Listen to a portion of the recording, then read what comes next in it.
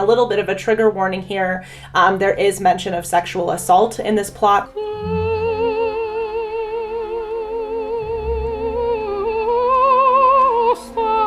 Hello everybody, wonderful humans of the internet. Since we are an opera company, every once in a while I do like to do a reaction video on an opera singer, even though I absolutely love to dive into contemporary music as well. It's been a dream come true how this channel continues to steadily grow, and yeah, help us get to 2K, help us get to our next 1,000 subscribers by liking and hitting the notification bell and subscribing to this channel, especially if you enjoy hearing some operatic content. Today we are actually going to be diving into a performance by one of my favorite sopranos, and that is none other than the fantastic American soprano Renee Fleming. She is sort of a national treasure, so we're gonna talk a tiny bit about her at the beginning, and then we're going to listen to her sing the song Ain't It a Pretty Night, which is an amazing aria from Carlisle Floyd's SUSANNAH, which is a uniquely American opera that has a very, very interesting storyline and very interesting social commentary.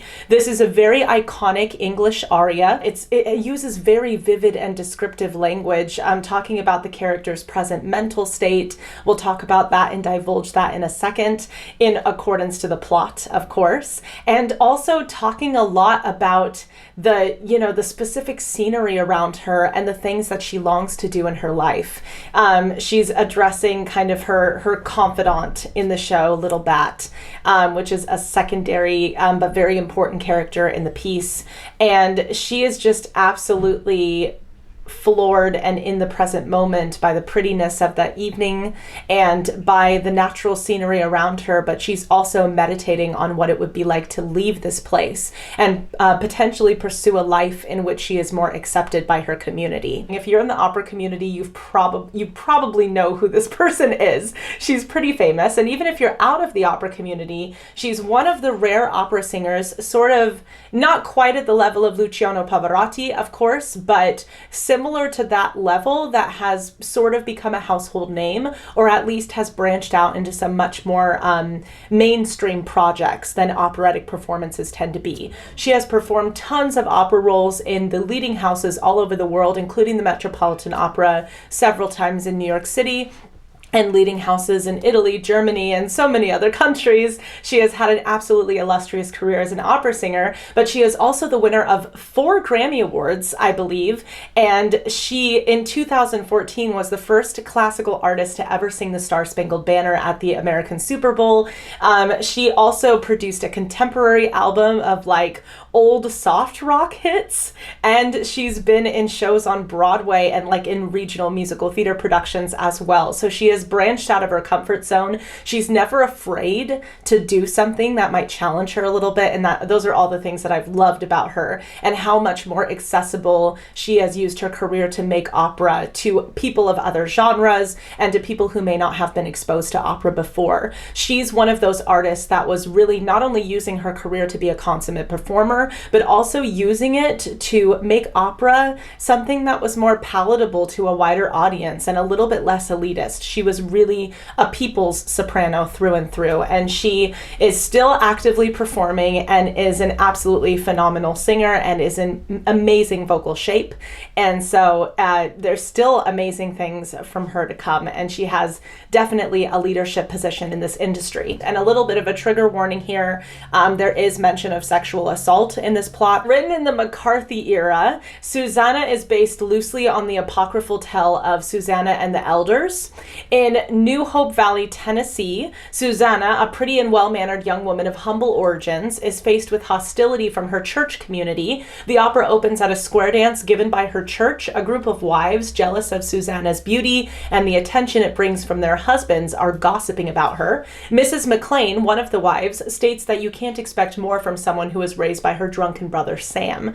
Finally, the Reverend Olin Blitch, newly arrived to lead the congregation, enters and asks Susannah to dance despite the gossip.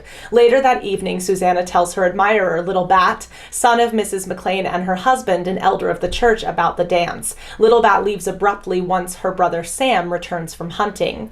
The next morning, Susannah is bathing naked in the creek near her home, but this is a super innocent thing, and she's discovered by the elders who are searching for a baptismal stream, and basically they conceal their lust toward her beauty with outrage, and they tell the community of her wickedness. And she arrives at a church dinner that evening, but is like sent away and ostracized from the community. Little Bat tells her that the elders have denounced her for bathing in the nude and admits that he was coerced in saying she seduced him. So basically he was coerced and manipulated to say lies about this poor girl. And then Sam informs Susannah that she must make a public confession in order to be absolved. She goes to a service where Olin Blitch is preaching, and she's singled out to come forward, and she runs away. The service ends, and Reverend Blitch goes to Susannah's house and offers to pray for her soul. But upon discovering that her brother Sam, who is kind of her protector, is away, he assaults her sexually. The next day, Blitch, having discovered that Susannah was a virgin, comes to her and begs her for forgiveness. He throws himself at Susannah's mercy and then but she refuses to forgive him.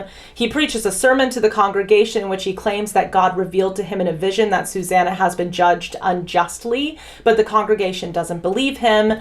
And then Susannah tells Sam the story, and he threatens to kill Blitch and leaves for the baptismal service carrying his shotgun. He shoots Blitch, and then, convinced that Susannah led her brother to murder, the community heads to her house to drive her out of the valley. However, Little Bat has warned her in advance, and the vigilantes arrive. She's waiting with a shotgun. They retreat, and she has basically severed her ties with the community and the rest of the world, and is left lonely after that. And this is kind of a social commentary on a lot of different issues that were happening in this specific era in history, but these are still issues surrounding the treatment of women in society and the treatment of women's sexuality, and this idea of like purity culture that is extremely toxic, in my opinion, that is very, very pervasive in more fundamentalist communities. And it talks a lot about those things in a very, very dramatically evocative way. So this is a very interesting show with very relevant subject matter, and the character of Susannah is definitely a character that you kind of hope happiness for, and you kind of root for her during the production, and she is a complete victim to her circumstances. And I think this is a valuable commentary to make. So Ain't It a Pretty Night happens during a time in the production where she's sort of fantasizing about what it would be like to leave this community and to feel like she's going on adventures and that she's a little bit more accepted where she is. So let's listen to Renee Fleming sing this absolutely gorgeous, fantastic aria from Susannah, and I hope you enjoy.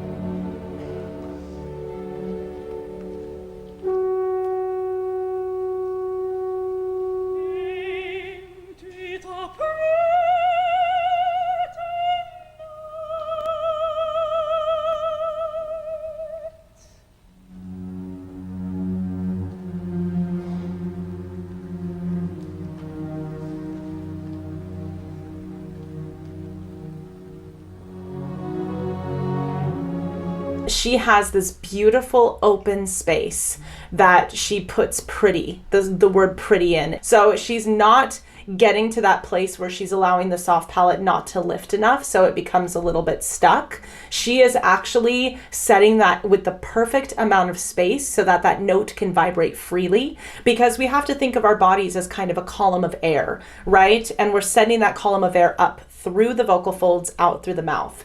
And sometimes when the vocal folds are vibrating a little bit faster for high notes, we need a little bit more room for that air. So what do? We kind of lift the soft palate, or we create more space. That is exactly what she does on the word pretty, which sometimes is a word when it's in the upper register that has a tendency to get a little bit spread because of the vowel pretty and because of the consonants that come after. But if you make the T, a little bit more rounded, a little bit more of an ah in that I sound, you can get it placed in a really wonderful spot. Dramatically, what's happening here is pretty fantastic. The way that this is orchestrated is so magical and so atmospheric that you're able to have this beautiful mimicking of her melody line underneath her in these really, really deep tones. And you're able to feel almost the night and the breeze from the night coming across you. It creates this effect of easily being able to sit in that evening, that pretty night next to SUSANNAH and listen to her sing this song. It's absolutely gorgeous, and it really, I think this aria really endears us to the character in many ways. The sky so dark and velvet-like, and it all made up with stars. It's like a great reflected fireflies over a pond. Look at all them stars, little bat. The longer you look, the more you'll see. The sky seems so heavy with stars that it might fall right down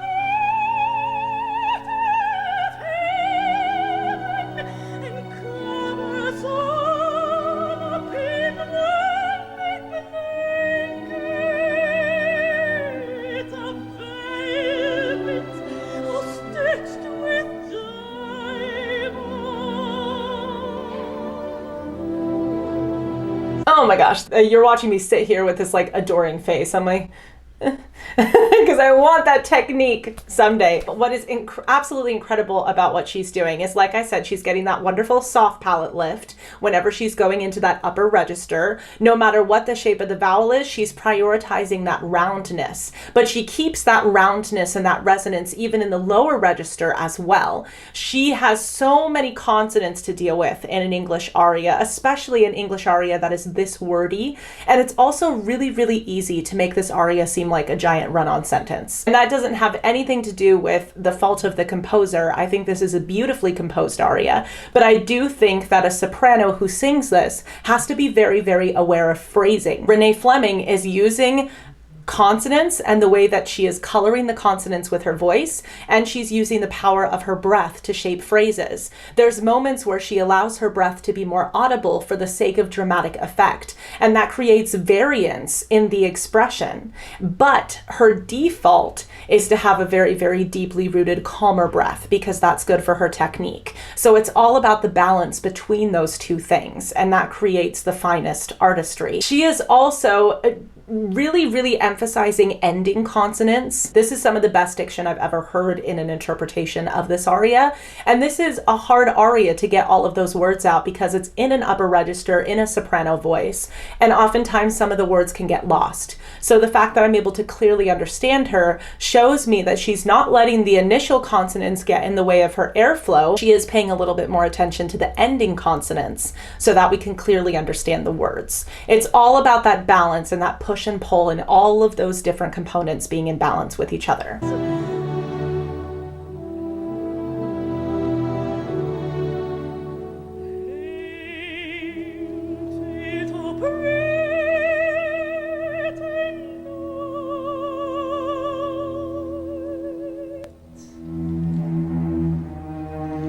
What's so amazing about her is that she maintains the atmosphere during musical breaks as well. She's not ever losing that character. And when she looks out to the sky, it's almost as if she's tracking something different every single time.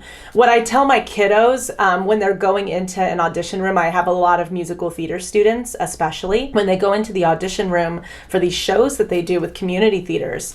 I want them to feel like the walls can dissolve around them and that they're really actually tracking things that they're seeing. So if you're explaining this pretty night, think about how the clouds might be moving in the sky. Think about whether or not the sun is still peeking through at dusk, or if it's truly set and we actually have all the stars and the moon out. Where is the moon? Is there a creek in front of you? Are there trees in front of you? Paint that picture as vividly as you possibly can. What she is doing is painting a picture for the audience, and she's using her eyes, her facial expressions, her pauses, and her vocal line to do it. Then it becomes less about the performer's ego, not saying that she's egotistic or anyone goes into an audition intentionally being that way. It's less about our nerves, it's less about how we're thinking we're being perceived by an audition panel or by an audience, and it's more about serving the art. Think the stars can all peep down and see way beyond where we can, and they can see way beyond the mountains to Nashville and Asheville and Knoxville. I wonder what it's like out there beyond the mountains, where the folks talk nice and the folks dress nice, like you see in the mail or the catalogs. I aim to leave this early someday and find out for myself, to see all the tall buildings and all the street lights, and to be one of them folks myself.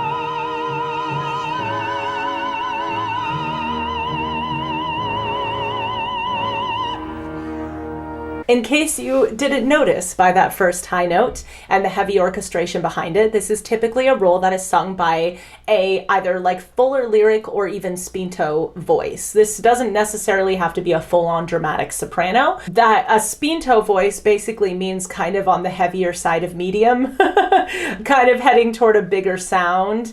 And then I think Renee Fleming has always sort of been classified as like a fuller lyric, so sort of a fuller medium voice as well. How she's able to carry her resonance up there so efficiently is because she has what the opera world sort of calls a chiaroscuro, which is this balance between bright and dark tones. She knows how to place a sound bright enough forward enough that it's going to have that ping and that forwardness, and those sound frequencies are kind of like being sent, or at least I don't know if I don't think that's exactly scientifically how sound frequencies work, but you can at least have the sensation that you're sending the sound out to the audience, versus just keeping the sound back here and kind of making it your own little secret and causing feedback for the vocal folds. And then what she's also doing, though, is she's maintaining that space and that breath support that allows for the rounded tone too, so you can get the darker colors too. She's maximizing the amount of color and overtones that you can hear in her voice. And as a result of that, all of those frequencies are able to kind of ping or travel over the orchestra easier. She's basically using her voice at maximum efficiency. And the orchestration reflects the underlying tension of SUSANNAH's character, how she's fantasizing about all these wonderful things, and she's talking about how beautiful the night is. But there's also a subtext here of her not feeling like she belongs, and her feeling wrongly judged, and her not understanding why people won't accept her. This community massively and unfairly ostracized her, and she's feeling the weight of that. And the weight of that is being carried through this middle section of the aria. The fact that she can still appreciate that beauty even by being, repressed and ostracized in so many ways by the people around her is a testament to her character.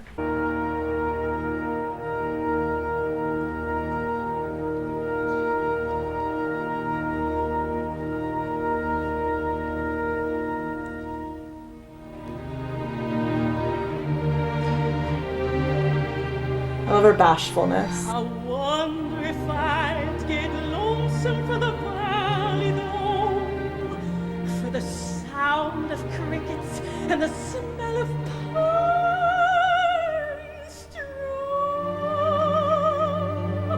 for soft little rabbits and blooming things, and the mountains turning gold in the fall.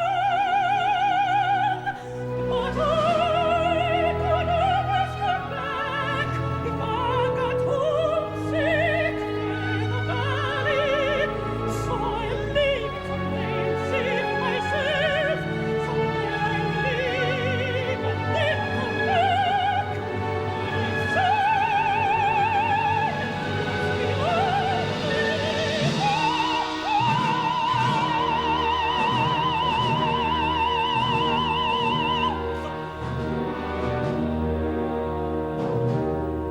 So that part was even more tense. The tension was continuing to build in the aria, and now she's reflecting on what it's going to be like to miss all of those things about her home environment. But then she's also like, I'm determined to leave though, and to make a better life for myself. And then I'll come back, maybe like transformed or something, or maybe this place will feel different to me. I can always come back and visit the things that I love about this place though. So I can't, it's almost as like she's reassuring herself that it's okay to leave.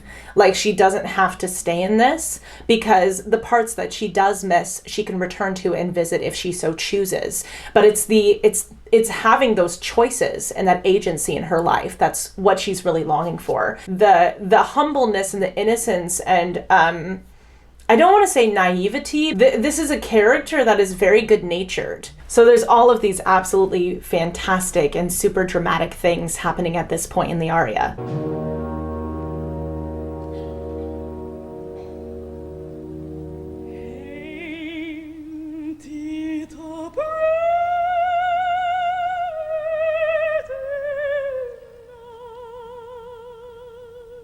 The phrase is lengthened for more dramatic effect. The sky is so heavy with stars tonight that it could fall right down out of the heaven and cover us up and cover us up. It's gorgeous placement.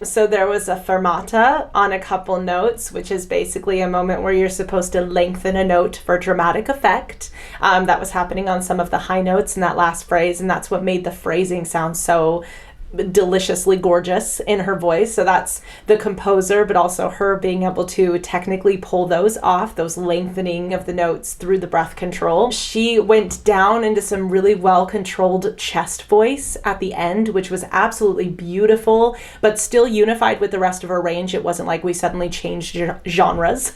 She was still an opera singer in that moment, but tasteful chest voice can always be used, and I love it when people use them in special moments like these in arias. And then she did this really, really beautiful kind of last minute portamento, which is kind of a kind of sparkling sound going down where you reflect all of the notes in that scale. That was so beautifully dramatically effective, but also kind of conveying this element of dreaminess to the end of the aria that we definitely want, because she's sort of oscillating back and forth between the tension of the present moment and sort of a fantasy that she's thinking about in her head. I hope you enjoyed this video. It was a lot more technical around the voice, but we got some good dramatic talk in there too. Like I said, I'm not an end-all be-all expert on any of these artists, but I'm absolutely so passionate and respectful of all of them that are at the top of their fields doing these incredible feats of art, and I just love getting to dive into them on my channel. I have some more of your recommendations that I've been listening to. I will see you all around here again soon. Bye!